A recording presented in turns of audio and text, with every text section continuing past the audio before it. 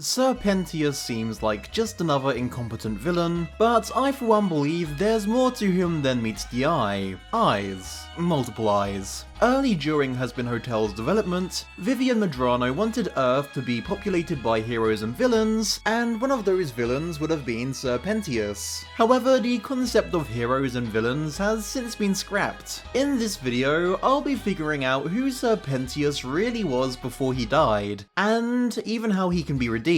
But before I do, don't forget to subscribe for more theories and analysis on your favourite cartoons. What in the 9 circles makes you think a single denizen of hell would give 2 shits? Sir Pentious was in his 40s when he died in the Victorian year of 1888. As his supervillain origin story no longer exists, for now all we can surmise about his past life is that he was an inventor, as that's an obvious core element of his character which hasn't changed. We also know that Vivzie has stated that he might be bisexual, but she's also stated that his sexuality doesn't really factor into his story outside of a planned, unnamed crush. As such, we can discount his love life playing a factor in who he was. Interestingly, he was originally going to be a minor character, but he ended up being beloved by both Viv herself and Hazbin Hotel's fanbase, so she decided to give him a more major role. This means he might be checking into the Happy Hotel, and that's why we're going to talk about his redemption later on in this video. Besides that, we haven't been told much else about him, so of course we need to take a look at his design for clues, as the form the soul takes in hell is a reflection of the sinner's life on Earth. Sir Pentious is a snake, hence the name Sir Pentious, like a serpent.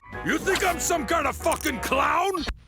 Maybe. Snakes have historically been known to represent treachery or outright evil, perhaps most notably in the Bible. So to me, this could suggest that even though he's no longer a fallen supervillain, that he still actively did bad things while alive.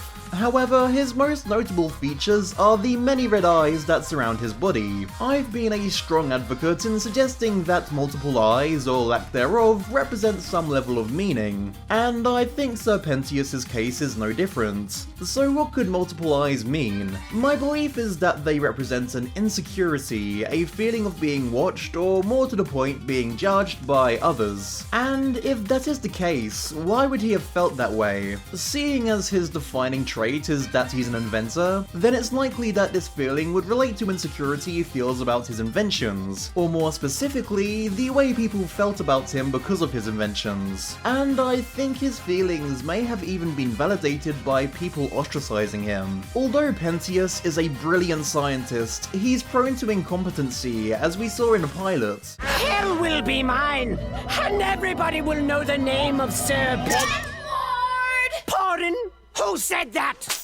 In fact, this is most likely the aspect of him that holds him back from being in Hell's big leagues the most. So to me, it wouldn't be too far-fetched to imagine that back on Earth his inventions didn't exactly go to plan either. Maybe he would accidentally cause problems with his inventions, and nobody would want to come near him. Perhaps even fellow inventors saw him as a joke and wanted nothing to do with him. Looking for approval is a big theme that seems to surround Sir Pentious. In the pilot, we see him on the 666 News referencing the "How do you do fellow kids" scene from 30 Rock in a clear attempt to look hip. On his Foxtagram, which albeit has been declared non-canon recently, but is still in character, we see him insert himself into photos of other overlords. Hell, I'm even wondering if he keeps the Egg Boys around despite their shortcomings as minions, because he feels like they're the only people who will ever love and support him.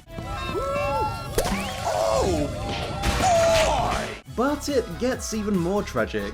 When people feel like the world is against them, a common defense mechanism is to put up a facade in order to feel like they aren't being judged for who they truly are. In Pentious' case, his version of this would be becoming evil. Not just any kind of evil, but the classical, exaggerated archetype of an evil person. Evil that feels much more like the persona of a character, rather than a real personality.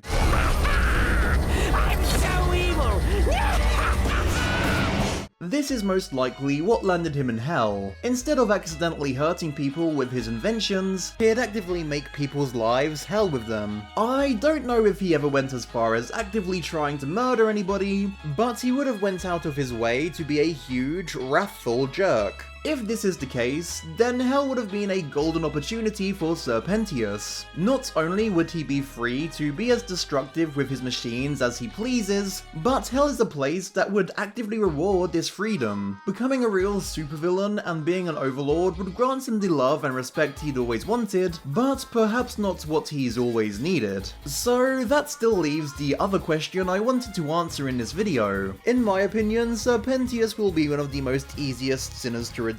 If being evil truly is a facade, then I think all it'll take for him to turn his life around is for Charlie and the rest of the gang to love and appreciate Sir Pentious for who he is, perhaps even more specifically by his unnamed love interest. I think he'll realise that he doesn't really want respect gained out of fear, and that it's much more rewarding to have real friends. And that's who I think Sir Pentious was before he died, and how I think he might be redeemed. Don't forget to leave a like if you enjoyed this video, subscribe for more content like this, and comment your thoughts and opinions on the theory down below, as well as your own theories. See you next time.